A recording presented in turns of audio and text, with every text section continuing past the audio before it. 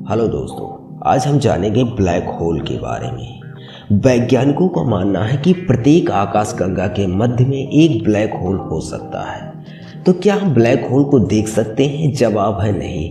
Black hole को देख पाना मुश्किल है क्योंकि उस पर पड़ने वाले सारे प्रकाश को एब्जॉर्ब कर लेता है। जब तक प्रकाश को रिफ्लेक्ट नहीं करेगा तब तक हम उसे देख नहीं पाएंगे। लेकिन नासा ने हाल ही में एक वीडियो जारी किया है ब्लैक होल का, जिससे हम काफ़ी हद तक समझ सकते हैं कि ब्लैक होल होता कैसे है।